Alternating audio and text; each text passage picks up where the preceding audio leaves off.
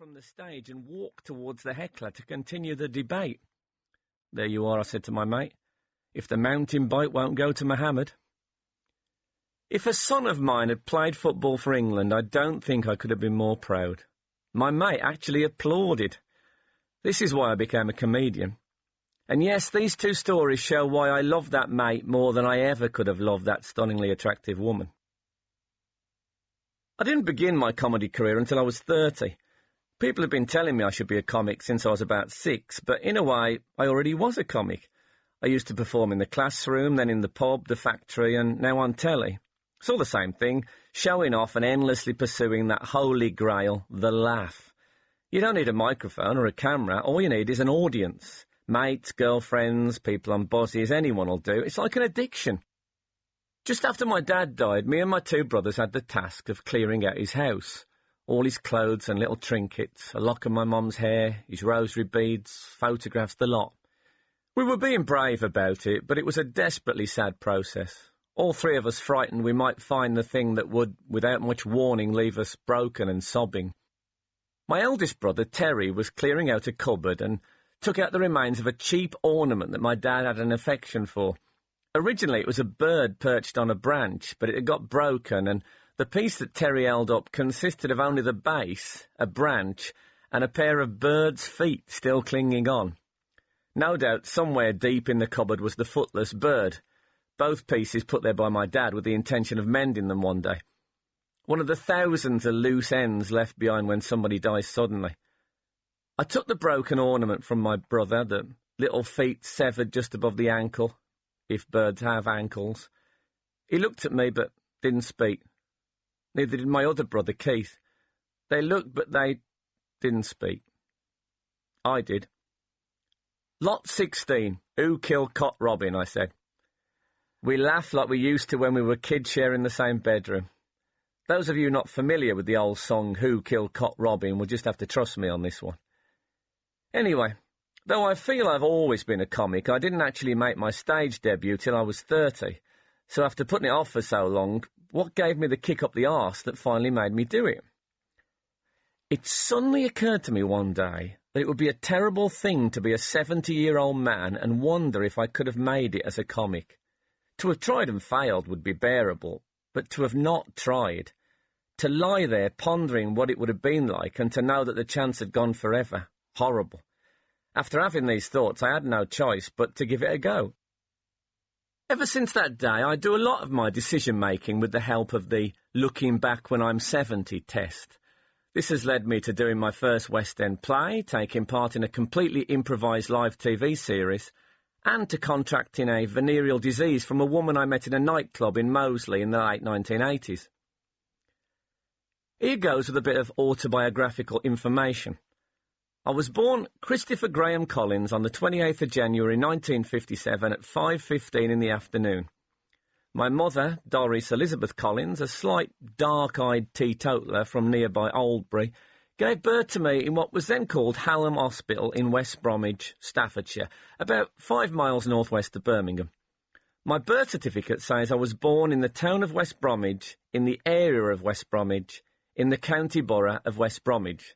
So when people ask me why I support West Bromwich Albion Football Club, I explain that my decision was based on the only criterion anyone should ever use when choosing a football club: geography.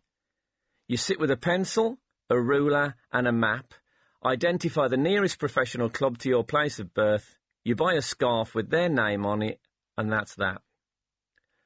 My dad was John Francis Collins, a heavy-drinking, sports-mad amateur pub singer with a big chest and a bald head who came from West Cornforth, County Durham.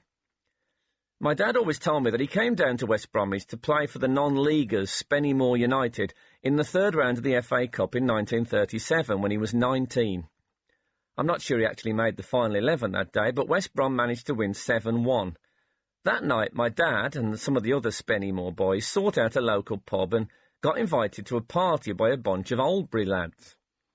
My dad-to-be decided that these boys were a bit dodgy, so decided to give them a false name, Len.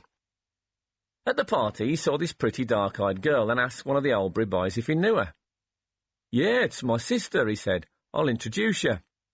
And my mum called my dad Len, till her dying day. Of course, the upshot of this story is if it wasn't for West Bromwich Albion, I would never have been born. When my dad approached that 18-year-old girl at that Saturday night party, he couldn't possibly have known the effect his appearance would have had on her. A few years earlier, as my mum maintained to her death, she had had a dream.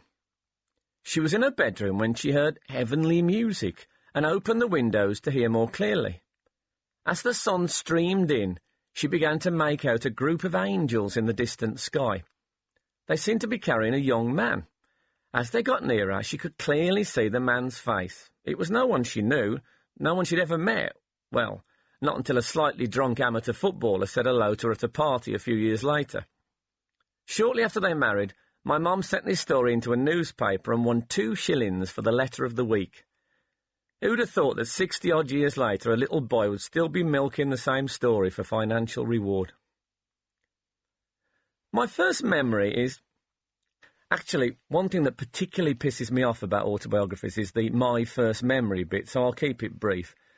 My first memory was of me sitting on the edge of my bed saying, well, I'm 4 today. Now, unusually for a first memory, the nature of the utterance makes this one fairly easy to put a date on. All the evidence points to it being the 28th of January 1961, unless, of course, it wasn't my birthday at all, and I was saying it as a gag, just to throw my parents. My sister's husband, Frank, tells a story of me as a little kid. He was invited to my mum and dad's house by my sister, Nora, so that he could go through one of those nerve-wracking meet-the-girlfriend's parents experiences that all boyfriends must eventually face. He turned up at our little council house in Albury, drank tea, and was quizzed by my parents, chiefly my old man. Then I appeared, aged about 4 or 5, wearing a full cowboy outfit and carrying a small plastic guitar. 6 Elvis songs later, my future brother-in-law was starting to get a little bored. I couldn't play the guitar, and it wasn't tuned, and it wasn't what you'd really call a guitar. My brother Keith had a really nice acoustic guitar with a little photo of Elvis in a sort of circular picture frame on the front, but I wasn't allowed to touch this. Also, my voice was a little kid's voice, you know, too high and with a big audible breath between each line.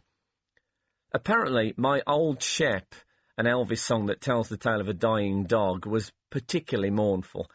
And worse still, if anyone spoke or even looked away mid-song, I cut them down with a look that would stop a charging elephant. Eventually, I allowed a short interval. My brother-in-law moved on to that safest of working-class male subjects, football. Football was, at that time, an almost exclusively working-class male thing. The terraces, when I was a kid, were all about bad language, the smell of Woodbine cigarettes, a blind passion for your team, and for football in general, in that order. I remember a bloke standing next to me calling one of our defenders a lazy fucker at fairly high volume. Another chap just in front of us turned and asked him to curtail his language because he had his young son with him. The swearing man said, "Look, mate, I work in a fucking factory 5 days a fucking week having to bite me fucking tongue all the fucking time in case I say too fucking much and get myself into fucking trouble. I come here to watch me fucking team and be myself and say whatever I fucking like, so fuck off." I only remember this speech so well because I've been quoting it ever since, originally because, like most 11-year-olds, I thought swearing was really funny, but in more recent times because I think it says more about what football means to real football fans than any beautifully written hardback with a weeping Gaza on the cover. The father of the small child didn't look frightened or insulted. He just nodded as if he understood and carried on watching the game. So, anyway, my brother-in-law pointed at me, sitting in my cowboy suit, guitar at my side, easing my thirst with a dandelion and burdock before I bounced back for another 3 or 4 numbers. "Is he going to be a footballer?" he asked. "No," said the old man. He slapped the top of our 10-inch black and white telly. "He's going to be on this." So, piss buckets in the bedroom.